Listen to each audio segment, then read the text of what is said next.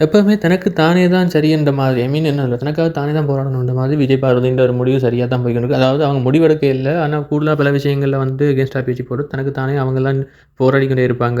அவங்களுக்கு சப்போர்ட் பண்றதுக்கு ஒவ்வொரு முறையும் ஒருத்தர் வருவாங்க. கலையரசன் ஒருக்கா வருவாங்க. பிறகு திவாகர் ஒருக்கா வருவாங்க. கமருதீன் ஒருக்கா வருவாங்க. இப்படி மாறிக்கொண்டே போவாங்க. வினோத் ஒருக்கா வருவாங்க. ஆனா கடைசி வரைக்கும் அவங்க வந்துட்டு பக்கத்திலேயே சப்போர்ட்டுக்கு வரமாட்டாங்க. ஸோ அவங்க வந்துட்டு பார்த்தீங்கன்னா, எல்லாருமே வந்துட்டு நார்மலா வந்துட்டு இந்த பிரச்சனைக்கு பார்வதிக்கு சப்போர்ட்டா கதைச்சாலுமே வந்து பார்வதி வந்துட்டு என்ன சொல்றது? அவங்களுக்கா பெருசா யாரும் இறங்கி ஃபைட்டும் பண்ணல.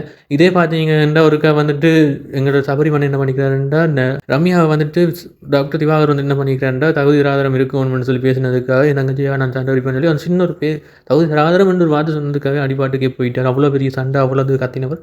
சொல்லப்போனா இப்படியிலேருந்து எல்லாருமே ஒவ்வொரு விஷயத்துக்கும் சண்டை பிடிக்கணும். அவ்வளோ விஷயம், சின்ன விஷயம் பேச்சுக்கு பேசினாலே திருப்பி சண்டைக்கு வந்துடும். அவ்வளோத்துக்கு எரிச்சல் கருப்பாயிடணும். இப்படியெல்லாம் இருக்கைங்க பார்வையின கண்ணே பொய்ங்கிற அளவுக்கு ஒரு பெரிய ஒரு பிரச்சனையா இருக்குது. ஆனா எல்லாருமே என்னடா ஓகே, ஓகே. அது சின்ன விஷயம். Okay, okay. நார்மல். இது பிரச்சனை இல்ல. அடுத்த பாப்போம் நம்ம போனது வேணாம்னு பார்வதிய வந்துட்டு ஃபன் பண்ணி நக்கல் அடிச்சு கொண்டிருக்கணும். இதெல்லாம் பார்வதிக்கு தான் போய் போட்டா விழுமுன்றது தெரியாம வேணுமெண்டே பண்ணி கொண்டிருக்கணும் எல்லாரும்.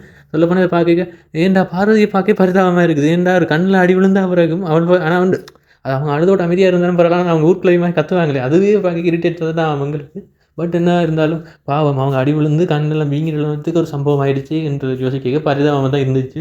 இந்த இதில பார்த்தீங்கன்னா, ஒவ்வொரு சுயரூபங்களும் விளங்குது. ஓகே. தங்களோட கேங்குன்னு ஒருத்தவங்க இருக்கிறாங்க. தங்களுக்கு பிடிச்சவங்க ஒருத்தர் இருந்தா மட்டும் தான் எல்லாருமே வந்து செய்யணும். அவங்க நார்மலா ஒரு கண்ணுக்கு முன்னாடி அநியாயம் நடக்குதுன்னா, அத பார்த்துட்டு பார்க்காத மாரி இருக்கிறார்கள் தானன்றது இத விளங்கிக் கொள்ள முடிஞ்சது இந்த இடத்துல. ஒவ்வொருத்தரும் உண்மை பொய்யாண்டு நடிச்சு கொண்டிருக்கணும். அவங்களோட உண்மை முகத்த வெளிக்கொண்டு வரதுல முக்கியமான ஆள் வந்துட்டு பார்வதி தான்.